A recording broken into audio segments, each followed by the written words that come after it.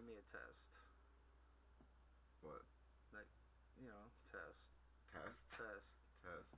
1, 2, 3. 1, 2, 3. Test. 1, 2, 3. Yeah. Hi there. Some of you may recognize me if there's anybody out there. My name's Eric Keast from Bingo Rage Studio. And tonight I'm speaking with Uncle Jesse, who is a self-proclaimed Star Trek expert. Okay. Whose knowledge is absolute in the realm of Star Trek. I'm just messing with him. He likes Star Trek a lot.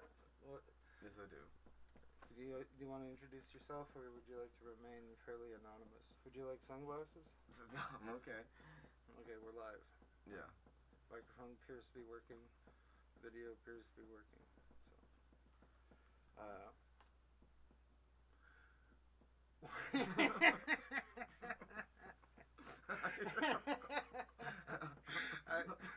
I swore we would have more to talk about than the last time I tried this. But we're in good shape here. This is going to go really well. Trust me. You said that I asked him what was his favorite Star Trek series, and you said that you couldn't really pick one. Can you please tell me why? I just find I like them all differently. Like, they all have different, they bring different things to the table. You know what I mean? I think that one Star Trek series that I found, I liked the premise of it, I liked the tone of it, but the storyline really disappointed me, and that was Deep Space Nine, because it was a darker image. It was it became the tone that one of the creative guys went on to bring to Battlestar Galactica. That feel of deep space, but I didn't really like the storyline. Really? Did you watch it all? I feel like characters I probably developed fell a off lot in better. the last year or two. I fell off. Oh, really? So did you make it to the war arcs? Yeah, Yeah. with Jem'Hadar and the Founders, and Oh, I thought that was amazing. was that Delta Quadrant they were going into? No, that's where Voyager was. I know where Voyager is in Delta Quadrant, but I That was wasn't in the sure. Gamma. So the Founders were in Gamma Quadrant? Yeah. Okay. Was Deep Space Nine in Alpha Quadrant? Is that what we call Earth's Quadrant? Alpha? Yeah. Starfleet space? Yeah, just like on the edge. We're on the edge of Alpha Quadrant. No, Deep Space Nine was. Oh. Is Earth kind of at the center of Alpha Quadrant in the galaxy? In the Star Trek universe? It's the same as our universe. Well, you know what I mean. We're not there yet, but we're in Alpha Quadrant. Yeah, we are in the Alpha Quadrant. The rest of the universe has somehow miraculously, taken up our cartography of the galaxy in Star Trek. I guess so. Or does the universal translator just change the words from language to language? So when the universal translator. So when the Klingons are talking about the galaxy, Earth is no longer at the center of the I don't think anyone really think there's the center of the galaxy, right? Yeah. Well, and you go up from there, and that's where you are. So it's kind of like pi rings, pi segments. Yeah. No, it's like square. Alpha. There's only 4 quadrants. No. Yeah. More than that. No, there's Because only 4. gamma.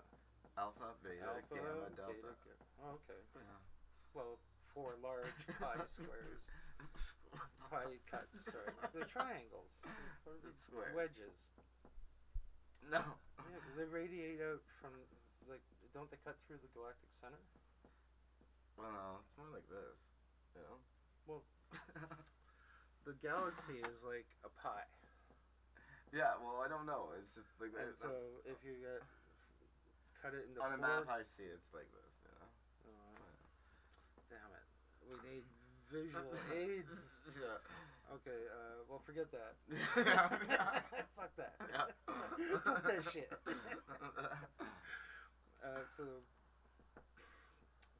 So is Delta farther from Alpha than Gamma? Is that why Voyager's so fucking far away?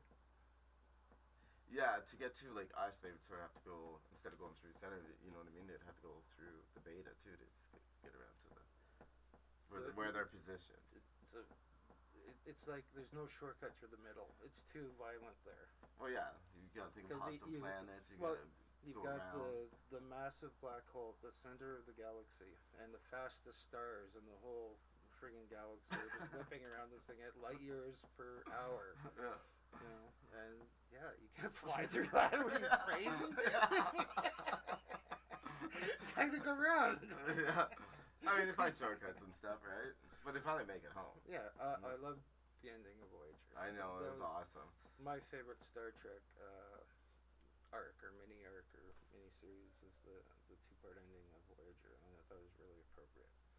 And I think it was a 2-hour episode. Janeway's captain, I think, is my favorite captain. Actually, I think she's one of mine too. There's just something better. Like, I even have a little sex appeal. She had her shit together. Yeah. Oh my god.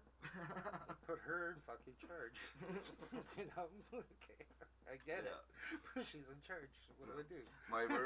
Archer, it took me a long time to warm up to Archer. I just hated him at first. Well, I never got familiar with him. I never stuck out with Enterprise. Oh, if they would have just did what they did in the 4th season.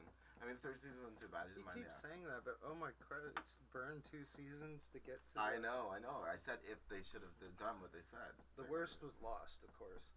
They burned like 5 seasons to get to the season they promised wouldn't happen.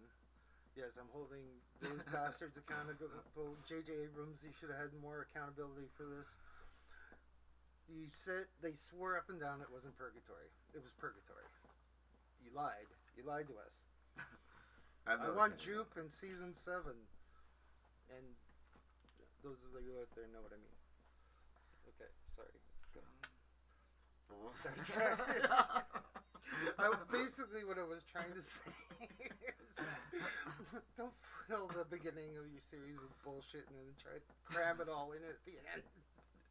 We want answers along the way and they have to make fucking sense. Okay, sorry, enough. I'm just... Sometimes I rant. Yeah, I got that. So, who's your favorite alien? Alien? In Star Trek.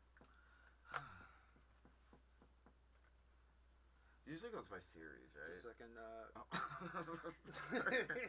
Warning at home. This is for adults only. If you're a child, Google penguins.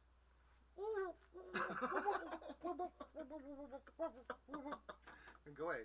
I'm too fucking young for this shit. Sorry, interrupt. Favorite alien? The penguin. That's not fair. That was too easy, man. Alright. But other than the fucking penguin, excuse my language. Yeah. Excuse my language. Go ahead.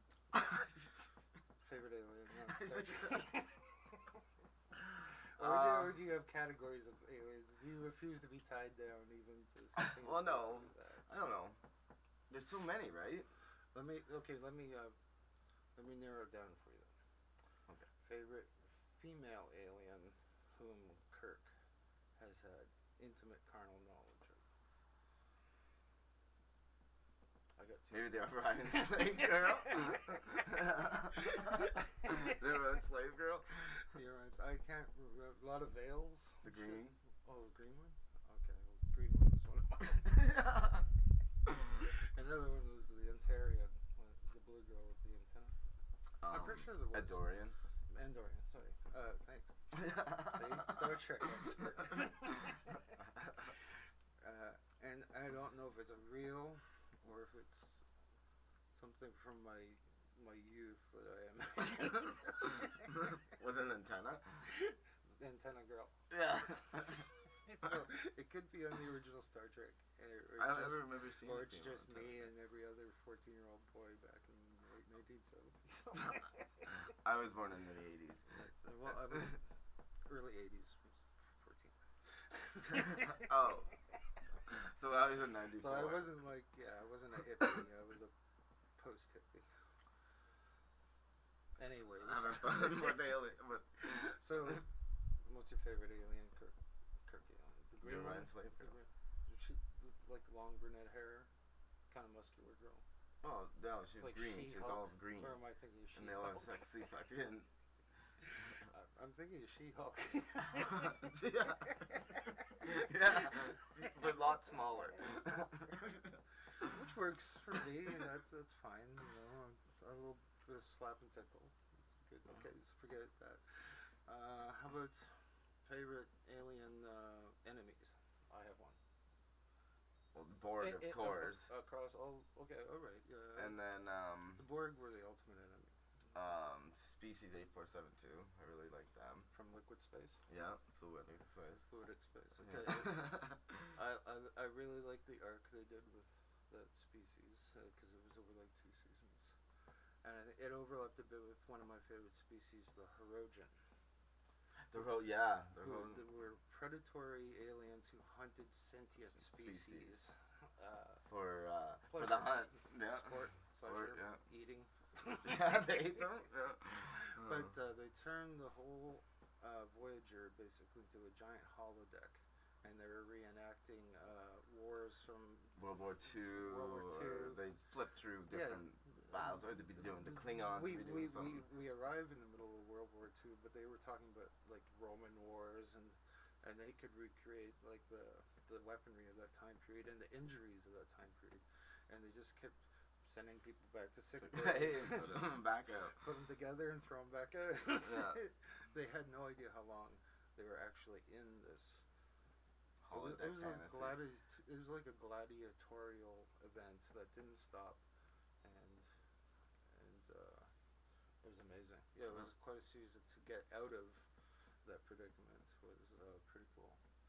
So they're one of my favorite species because they just were insane, but they were on the cusp of giving up this practice because they were starting to regard the sentience of other beings, you know, here and there, not across the whole culture, as being, you know, maybe we shouldn't kill the, we go to the human things, maybe we shouldn't kill all the dolphins and all the chimpanzees and all the other thinking Do the hunt, and they give them the holodeck technology at the end. Yeah, so basically they can recreate the hunt anywhere and come together. As a species. Yeah, that was the big They're problem. scattered all over. They were scattered all over. There's an echo. I have a human analog for that, though. The Mongols, you know, spread it all over to take over almost all of the known world at that time on their part of the world. But what kept them from taking over the whole friggin' world is that when the leader died, they all went back to Central Mongolia to decide who was going to be next. And so they left this giant vacuum behind where people could recover and rearm and, you know, bury half the population. So the Hirogen kind of reminded me of that, and maybe, you know, maybe there was like a historical metaphor that they were pursuing, I thought. Do you have any like obvious historical metaphors in Star Trek storylines that you like see going back to actual history? Because there's a lot of, you know, like play World War II stuff or things like that. Yeah. What about time travel? Do you think that it's a legit part? Because they do it all the time, even in the original series. Yeah, I think one day we'll figure it out. But I mean, if it is there, I think it is legit. Like, come on. Well, yeah. I mean, I've read the papers that say you don't you can bend space and you don't have to actually travel through space. Yeah. But I don't know. You know what I mean? Like I don't know if it's real or not. if it's real, then I like to believe it. Yeah, they will enable faster than light travel eventually. Mm-hmm. No, but I'd settle for Mars and back in 5 hours.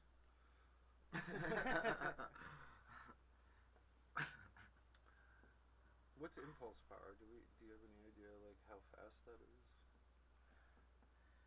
Can we compare that to like modern rocketry speeds at all? Like no, to break Earth's gravity, is that like one impulse or something? You know that. I don't know. 7. I think you need like. Maybe it's 9. Like 9 gravity, 9G to break like Earth's orbit, something like that. I don't know. People out there know what I'm talking about. I'm talking about my arse there. What is and so warps are basically times. You're warping space. But I mean, what is the difference to like warp 1 and warp 2? And warp 3. Well, she just developed the technology to go faster. You know what Just I mean? like I don't know how much speed it is. Maybe but it's like a logarithmic scale, like 10 times faster each time, or something like that. probably, yeah. I don't know.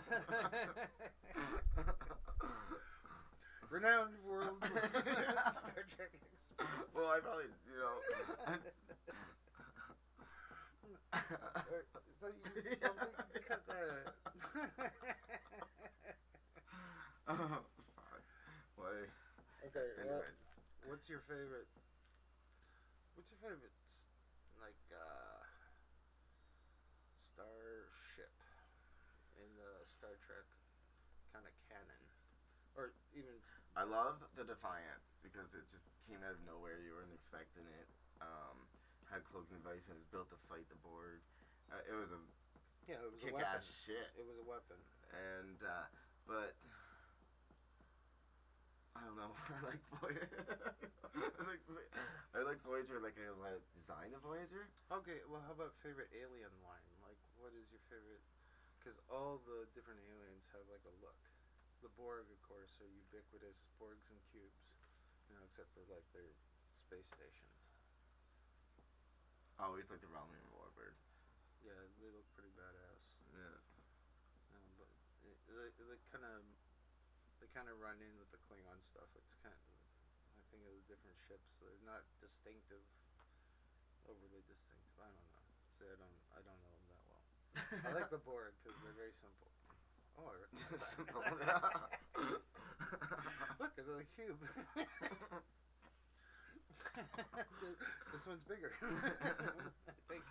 I did like the Borg Diamond Queen. The diamond. She had a She had a diamond ship. Well, they kept making her character cooler and cooler. I know, I loved her. The Borg Queen was portrayed by, what was her name? She's this great actress who was in Barfly with Mickey Susan Rourke.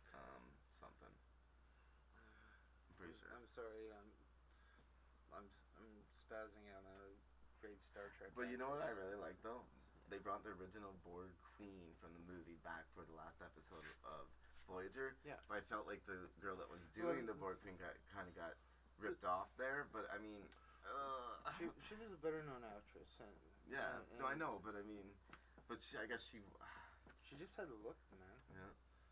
And I totally got her repeating. I know there was probably a couple other actresses who played the Borg Queen because there were a few storylines that included her. Mm. But no, I like that actress. Two, I think. Is it? Yeah. Anyways, I liked her performance. So that was a pretty cool. Yeah. I just like how Janeway dealt with the Borg Queen too. She's like, "Fuck you, bitch." Like, yeah. I mean, we like how many times she fucked her over, the Borg Queen? Oh yeah. But let's go a little deeper into this episode and this storyline because this really is part of my favorite part of Janeway is that we get to see character evolution over basically 2 decades handed to us, because we've been with Janeway for like a few years, but the Janeway we get from the future took another. oh, we're talking about that episode, or we're talking about a different one? Well, there's so many Borg 2-parters with Janeway. Okay, well that's when I'm talking Okay, about so the that's final one. episode. Okay. Because it's one of the things I like about Janeway, but if we want, we can bounce. They were back all to that. awesome though too. But we got to see the character development of Janeway, the Janeway who did what she would have done in 20 years or something like that. Right. And She got them home. she kicked ass. Yeah. Even as an old one. That was my favorite. Yeah. Old Janeway. But I found that they didn't let you, like, it was always, you didn't really know what the next part was. It's okay, you think she's leaving, you didn't know she's gonna go back, and then you just think she's gonna trade Voyager to the Borg, but really she's fucking. Well, that was the story. The thing that impressed me though is that No, present day Janeway refused to take the easy way out. Yeah. Yeah. And that was cool. I like that too, actually. But the other one's like, no. And then, at the one part where the old Janeway's going, you can't have your cake and eat it too, and then the young Janeway's like, are you sure? Absolutely sure, yeah. And then, you know. Oh, yeah. Oh, because you're me. yeah. Don't fuck with me. Yeah. That was a great episode. Okay, so one of my favorite. What was the other Janeway one you were talking about? Well, there's the one where Unimatrix Zero. When they got 7 and 9 back from. No, that was Dark Frontiers. World-renowned Star Trek expert. But anyways, Unimatrix Zero is where Janeway, Tuvok, and B'Elanna got assimilated. They got assimilated. Yeah. Didn't see that episode? I probably did, of course, but I haven't seen it like 3 or 4 times. Alright. Unlike some people. Hundreds, man. Whatever. Hundreds. Tell me about it. Okay, so what did Janeway do? Oh, she went and like, okay, so She there's this confronted the Unimatrix queen, Zero. right? Oh yeah, she confronted the queen. How did she No. confront the queen? Don't ask me I'm questions. sorry, go. Okay, tell me the story. Sorry. Anyways, Okay, I'll stop. I'm gonna start from the beginning. Okay. So 7-9's like regenerating, and she thinks she's in a dream and everything, but it's actually Unimatrix Zero. And they assimilate their cargo holds. But it's like an infection in the Borg hive. You know what I mean? Collective mind. And so when they go to regenerate, they go to this place, and they're aware about it. And then the Borg Queen finds out about this place, and then she's trying to take it away, and then so through Seven's regeneration, they communicated, and Janeway came in through it, and then basically said, yeah, we'll help you, and then they just fucking right at the Borg, and they had a virus, or they put a virus into the Did they have to sacrifice Unimatrix Zero? Is that what eventually they did. in the end? Yeah. That has resonance with like the Matrix, as you know, an awakening space. You know, where people come out of the imposed dream. It's pretty cool. It's an old archetypal story, of course. Awakening to consciousness. That's Buddhism. And Buddhism's been explored in Star Trek a lot. Most how would you say, awesomely, weirdly, in the Khan, the original Khan storyline, I thought. Space Feed? Well, I don't know what it was called. Was it just The one original episode? series? Yeah, the original Yeah, series. and then they did a movie based Yeah, on that. they did the movie based on that. And it had a little bit of crossover. Spock talks about it a bit in one of the new ones. Like, young Spock, I think it was the first new Star Trek, where young Into Spock Darkness. asked old Spock what his greatest enemy was, and he was referring to Khan. He was talking about it, but wasn't giving him any details. Sorry to tangent. It's easy to Because he tangent couldn't in Star interfere Trek. with that timeline. Yeah, but sorry, Oh. I got offline. The original series. I didn't What was find the- Buddhism. No, well, he was Indian, so I assume he's a Buddhist or Hindu. Or Well, something. maybe, yeah.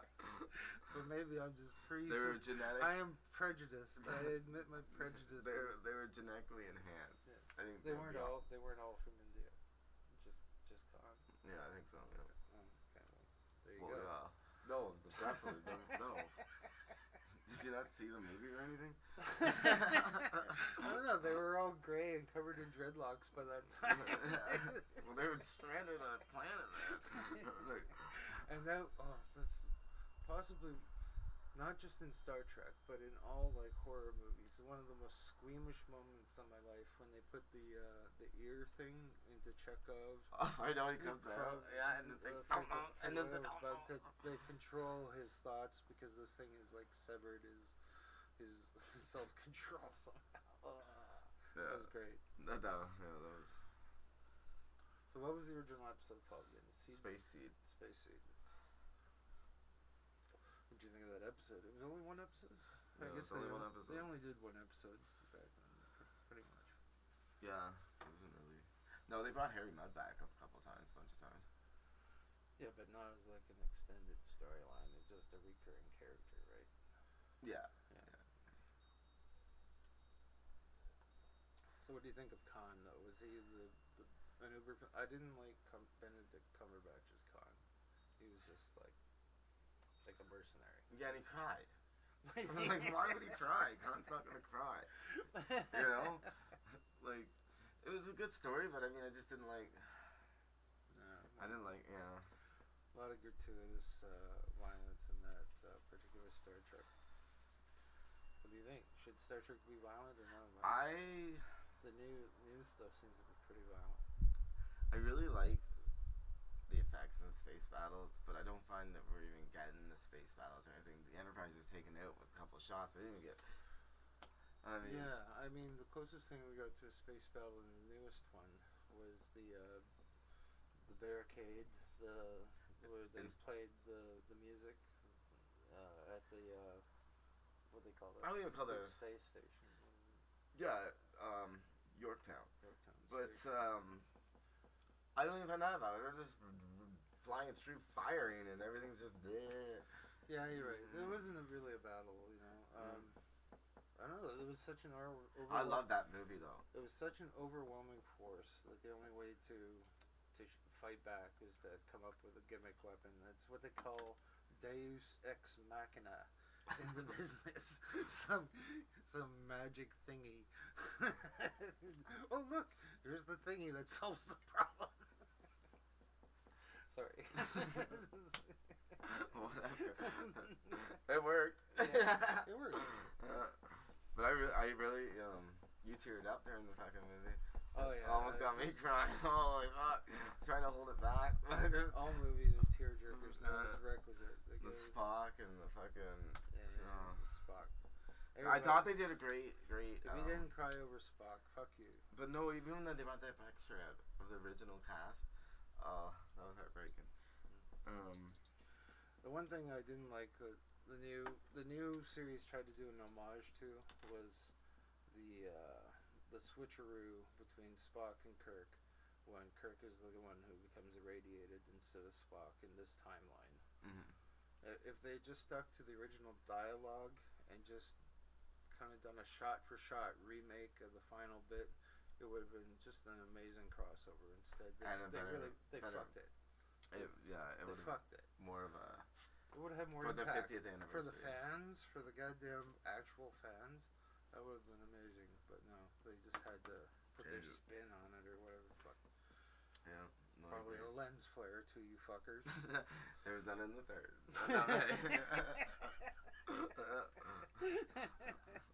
But it could have been perfect. It really could have been. You fucked it. Yeah. Sorry to interrupt again. Oh, it's fine. Are you done? Yeah, so I think... okay, that's maybe the we'll end. Maybe another one later sometime. Oh, later tonight? No, later not tonight. time? Yeah, maybe. Alright, this has been the inaugural Star Trek chat in the Bigger Age Studio Telethon with world-renowned Star Trek expert, Uncle Jesse. Do you want to tell them where they can find you at Instagram? No. Or you prefer to remain somewhat anonymous? You can find me on Instagram, Tumblr, and Twitter at Bingo Rage. BINGORAGE. The other rage. Good night. Yeah. You can also find me at bingorage.com. And Canada 2167, Ryan McMahon is the man. Look him up on Canada Land and Advice and Red Men Laughing. It's a shout out. That's what they call a shout out in the business. No. Do you have any shout outs? No. I want to watch this before I shout at anybody else. Give a shout out to Maddie. Maddie will No. do it. No, it's Do it. Do it! Alright, we're done. Yeah, peace. Peace out. Bitches.